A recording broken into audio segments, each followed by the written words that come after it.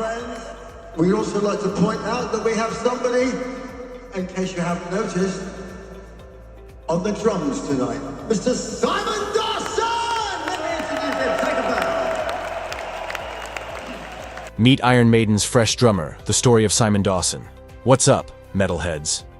December 2024 sent shockwaves through the heavy metal world when Iron Maiden announced that their legendary drummer Nico McBrain was stepping down from touring after an incredible 42-year run.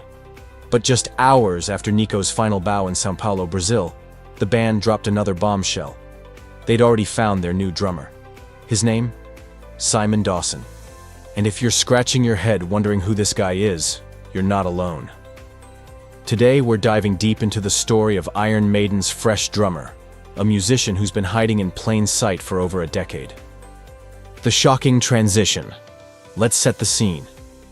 December 7th, 2024. Iron Maiden's Future Past tour is wrapping up at the Allianz Parque in São Paulo. Fans are expecting just another incredible Maiden show, but what they got was history in the making. This wasn't just any concert. It was Nico McBrain's final performance with the band that had been his life for over 4 decades. At 72 years old, McBrain had already overcome incredible challenges. Earlier in 2024, he suffered a stroke that left him partially paralyzed on his right side, yet somehow fought his way back to the drum kit. But touring at Maiden's legendary intensity was becoming too much, and Nico made the heartbreaking but necessary decision to step away from the road. Then came the real surprise. Just 24 hours later, Iron Maiden announced their new touring drummer, Simon Dawson. Not Mike Portnoy, not some big-name session player, but a relatively unknown drummer from Suffolk, England. The metal world collectively asked, who is Simon Dawson? The British Lion connection. Here's where the story gets interesting. Simon Dawson wasn't some random choice pulled from obscurity. He's been Steve Harris's right-hand man for over 12 years in the bassist's side project, British Lion. Think about that for a moment. Steve Harris, the driving force behind Iron Maiden's rhythm section, has been playing with Dawson since 2012. They've toured together across the US, UK, Europe, Australia, Japan, New Zealand, and South America. This isn't just a professional relationship. It's a musical partnership that's been forged over thousands of hours of rehearsals and live performances. When British Lion released their self-titled debut in 2012, Dawson contributed to 3 tracks. By their second album, The Burning, in 2020, he was fully integrated into the band's sound. The chemistry between Harris and Dawson is crucial here. Iron Maiden's legendary galloping bass style requires a drummer who can lock in perfectly with that driving rhythm. After 42 years with Nico, Steve needed someone he could trust implicitly, and he'd already found that person in Simon Dawson. The journeyman's path. But Dawson's story doesn't start with British Lion. This is a drummer who's paid his dues across multiple decades and musical styles. In the 1990s, he was behind the kit for Dearly Beheaded, a thrash groove metal band that embodied the Pantera-influenced sound of the era. The technical demands of extreme metal? Dawson handled them with ease. Perhaps most surprisingly, he spent 20 years as the drummer for The Outfield, the British power pop group behind the massive hit Your Love. From 1989 onwards, Dawson was keeping time for one of the most recognizable songs of the late 80s. It's a testament to his versatility. How many drummers can seamlessly transition from extreme metal to power pop and back again? His resume also includes work with Deep Switch, Air Race, Dirty Deeds, Near-Death Experience, and Devoid the Scuzz. Each project added another layer to his experience, another style to his arsenal. This wasn't a drummer waiting for his big break. This was a professional musician building a career through consistent, quality work across the British music scene. The perfect choice. When Iron Maiden made their announcement, some fans were disappointed they hadn't chosen a big-name drummer.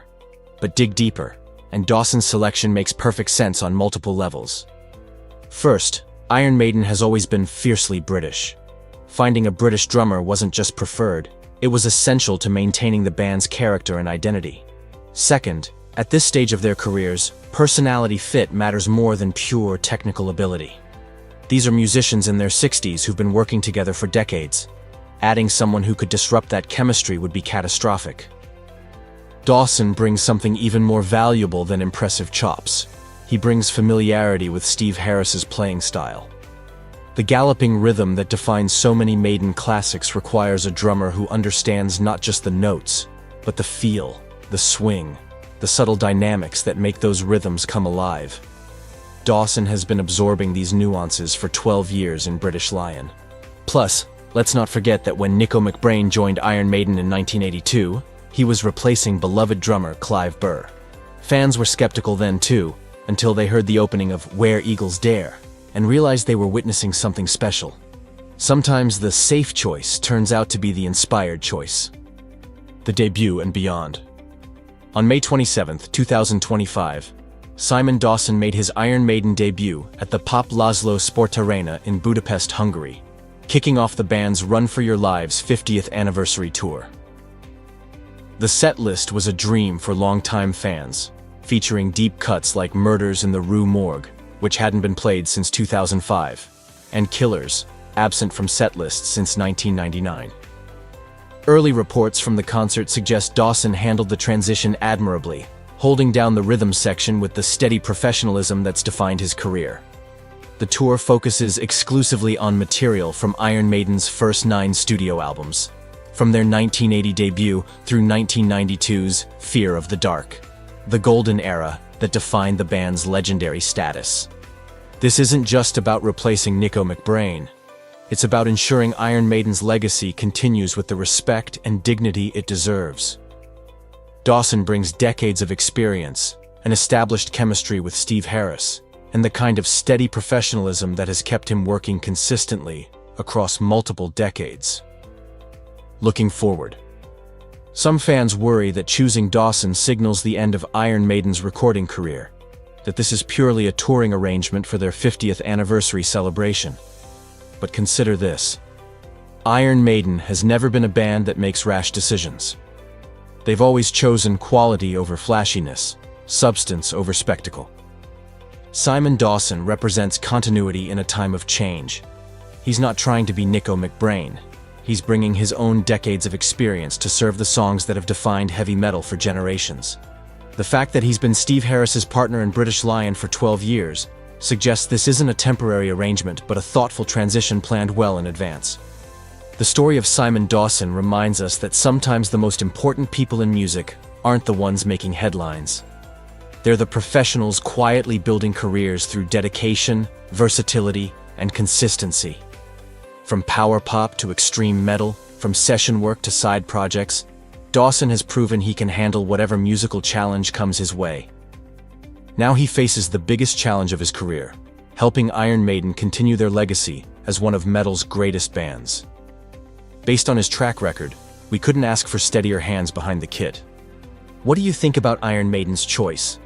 Are you excited to see Simon Dawson live? Let me know in the comments below, and don't forget to subscribe for more deep dives into metal history.